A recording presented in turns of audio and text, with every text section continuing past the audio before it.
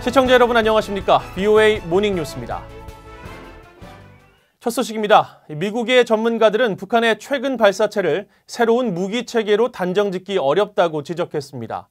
다만 미사일 개발을 모두 고체형 연료 기반으로 전환해 주한미군 등에 대한 선제 기습 타격 능력 향상에 주력하고 있다는 분석입니다. 김동현 기자의 보도입니다.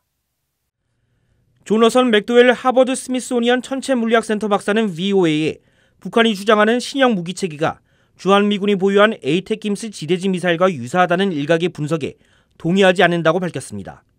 단순히 외형만으로 이런 결론을 짓는 것은 성급하다며 오히려 고체 연료 미사일인 이스칸데르급 미사일 KN-23 계열의 파생형일 가능성이 있다고 분석했습니다.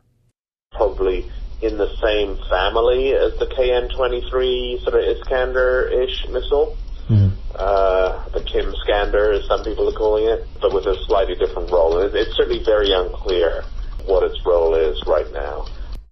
다만 최근 선보인 신형 방사포와 이스칸데르 계열 미사일 모두 발사 속도와 전개가 빠른 고체 연료를 기반으로 한다는 점에서 선제 기습이 용이한 형태로 무기 체계를 전환하고 있다고 말했습니다. 국방정보국 출신인 브루스 벡톨 엔젤로 주립대 교수도 공개된 고도와 사거리만으로는 오히려 이스칸데르급 미사일과 유사하다며 현재 나온 정보만으로 새로운 무기로 결론 짓기는 성급하다고 평가했습니다. The range that we saw looked to me like the same kind of range that the Iskander would have, right? So I don't know. And so I'm not saying it isn't a new missile. I'm just saying I don't think there's enough information out there to say that it is. 벡톨 교수는 특히 신형 무기로서 북한판 이스칸데르 미사일을 기반으로 한 다양한 실험의 연장선인지 이와는 전혀 다른 새로운 무기인지 북한 매체의 설명 또한 모호하다는 점을 지적했습니다. 랜드 연구소의 브루스 베넷 선임 연구원은 최근 북한이 선보인 무기 체계가 모두 발사 속도가 빠른 고체 연료를 기반을 하고 있는 점에 주목하며 미한 연합군의 선제 거점 타격 능력을 무력화시키려는 의도가 있다고 분석했습니다. 다만 다양한 고체 연료 미사일을 개발하더라도 북한이 이를 운용할 수 있는 신형 발사대를 얼마나 생산할 수 있는지가 향후 실전 배치 위협 정도를 판단할 척도가 될 것이라고 설명했습니다.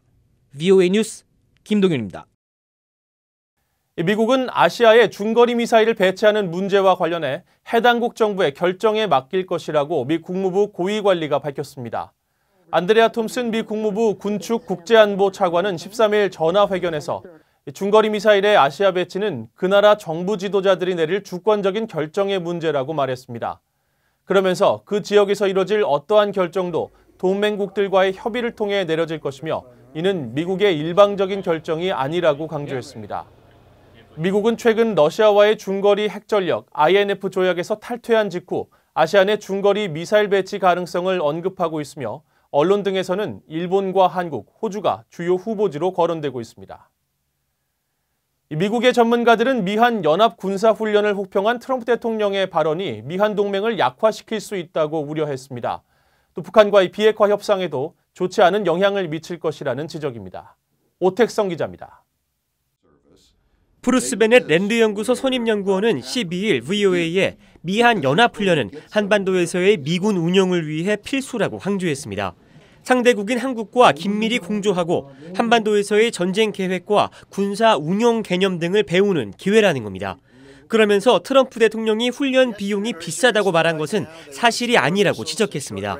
So this is not an expensive activity. In fact, it may be the most cost-efficient way to bring U.S. personnel into Korea and get them up to speed. 트럼프 대통령은 지난 10일 트위터를 통해 김정은 위원장의 친서에 대해 언급하면서 미한 연합군사훈련은 터무니없고 비싸다며 불만을 표시한 바 있습니다. 트럼프 대통령의 이 같은 평가는 연합훈련의 전략적 가치를 간과하고 오직 돈으로만 보기 때문이라는 지적도 나왔습니다. You know, he is focused on transactional, on the monetary aspect, and not on the shared values, shared interests, and shared strategy to face common threat. 맥스웰 연구원은 훈련에 대한 트럼프 대통령의 부정적인 발언들이 비핵화 협상에도 부정적인 영향을 끼친다고 주장했습니다. 북한이 지금까지 그래왔듯이 조선중앙통신이나 선전선동부서 등을 통해 트럼프 대통령의 발언을 이용하고 있다는 겁니다. 나아가 트럼프 대통령의 미한 연합훈련에 대한 불만이 북한에게는 기회가 될 수 있다는 우려도 제기됐습니다. North Korea senses that the United States, under President Trump, may decide to do something like weakening the alliance in response. So it creates an opportunity for North Korea. 또 지금의 동북아 지역 정세에서는 미국과 한국이 함께 단호하고 강해져야 한다며 트럼프 대통령의 발언은 오히려 동맹을 약화시키는 것이라고 지적했습니다. 따라서 트럼프 대통령의 이번 발언은 유감스러울 뿐 아니라 어떠한 외교에서도 긍정적인 영향을 미칠 수 없다고 오웰런 선임연구원은 주장했습니다. VOA 뉴스 오택성입니다. 북한의 사이버 해킹으로 인해 가장 많은 피해를 입은 국가는 한국인 것으로 알려졌습니다. 유엔 대북제재위원회는 최근 북한의 소행으로 판단되는 최소 35건, 17개 국가에 대한 해킹 사건을 조사하고 이 같은 내용의 보고서를 유엔 안보리에 제출했다고 AP통신이 보도했습니다. 보고서에 따르면 한국은 피해 사례가 10건으로 가장 많았고 인도가 3건, 방글라데시와 칠레가 각각 2건으로 뒤를 이었으며 탈취 금액 총액은 최대 20억 달러인 것으로 나타났습니다. 이번 보고서는 대북제재위 전문가 패널이 작성한 반기 보고서로 안보리 이사국들의 회람을 거쳐 특별한 이견이 없으면 9월 초에 공개될 예정입니다. 북한이 지난 봄부터 심각한 가뭄을 겪고 있으며 7월 가뭄이 더 악화돼 농작물 성장에 악영향을 미치고 있다고 국제기구가 밝혔습니다. 지난 10년 이래 최악의 농작물 생산을 기록한 북한의 올해 작황도 어려울 것으로 예상되고 있습니다. 조은정 기자의 보도입니다. 지난달 북한 가뭄이 더욱 악화됐다고 스위스에 본부를 둔 국제기구인 지구관측 국제농업 모니터링 그룹 지오글램이 밝혔습니다. 이 기구는 최근 발표한 조기경보 작황 모니터 8월호에서 북한 가뭄이 7월에 주로 중부와 남부 지역에서 악화됐다며 남부 곡창지대인 황해남도, 황해북도, 평양시 일부 지역에서 비를 충분히 흡수한 옥수수의 생물량이 적고 쌀 성장은 지연된 것으로 관측된다고 밝혔습니다. 이어 지난 3개월간 강수량이 적어 전년 같은 달과 비교할 때 댐의 수위가 훨씬 낮다고 지적했습니다.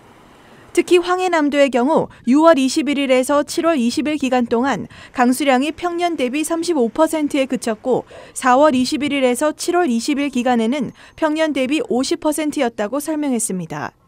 지구관측 국제농업 모니터링 그룹은 북한 북부 지역도 강수량이 평년 대비 50%에 불과했다고 밝혔습니다. 그러면서 장마철인 7월 말에서 9월 사이 강수량이 늘어나지 않으면 경작 지역이 줄어들고 수확량도 악영향을 받을 것으로 내다봤습니다. 게다가 올해 경작 지역은 이미 지난해보다 적은 상황이라고 이 기구는 밝혔습니다. 지오글램은 지난 2011년 주요 20개국 농업장관들이 공동으로 세운 국제기구로 위성과 지상 관측을 통해 작황 정보를 제공하며 수확량을 전망하는 활동을 하고 있습니다. 앞서 유엔 식량농업기구 FAO도 올해 북한 곡물 수확량이 불리한 기상 여파로 평년보다 감소할 것으로 예상했습니다. 지난해에도 북한은 오랜 가뭄과 농자재 부족 등의 영향으로 수확량이 10년 만에 최악의 수준으로 떨어졌었습니다. 유엔은 북한의 식량 생산량이 2008년 이후 가장 적은 490만 톤에 그쳤다며 인구의 40%인 1,010만 명이 식량 부족에 처했다고 밝혔습니다. VOA 뉴스 조은정입니다. 최근 무역 분쟁 등 미중 갈등이 고조되고 있는 가운데 미국인들은 북한이나 러시아보다 중국을 더 부정적으로 생각한다는 여론조사 결과가 나왔습니다. 미 여론조사 전문기관 퓨 리서치 센터가 지난 5월과 6월 미국 성인 1,503명을 대상으로 진행해 13일 공개한 여론조사 결과에 따르면 중국에 대한 미국인들의 부정적 시각은 지난해 47%에서 올해는 60%로 증가했고 이어 러시아 24%, 북한 12% 순으로 나타났습니다. 해외 지도자에 대한 미국인들의 신뢰도 조사에서는 북한 김정은 위원장에 대한 신뢰도가 9%에 그쳤고 시진핑 주석을 신뢰한다는 응답은 37%로 나타났습니다. 북한이 지난해 송환한 한국전쟁 미군 유해 55상자 중 미국인 11구의 신원이 확인됐다고 미 국방당국이 밝혔습니다. 미 국방부 전쟁포로 실종자 확인국 케네스 호프만 대변인은 최근 미군 유해 신원 확인 작업에 대해 묻는 VOA의 질문에 이같이 답하며 몇 주 안에 20구 이상의 신원을 확인할 수 있을 것이라고 말했습니다. 그러면서 가족에게 공식 통보한 이후 이름을 공개할 것이라고 밝혔습니다. 호프만 대변인은 지난해 송환받은 유해 보존 상태가 대부분 좋지 않아 유해 유전자 샘플을 델라웨어주 도보에 미군 유전자 감식 실험실로 보내 법의학적 검사를 해야 하는 등 확인 작업에 시간이 오래 걸린다고 설명했습니다. 이상으로 VOA 모닝 뉴스를 마칩니다. 시청해주신 여러분 고맙습니다.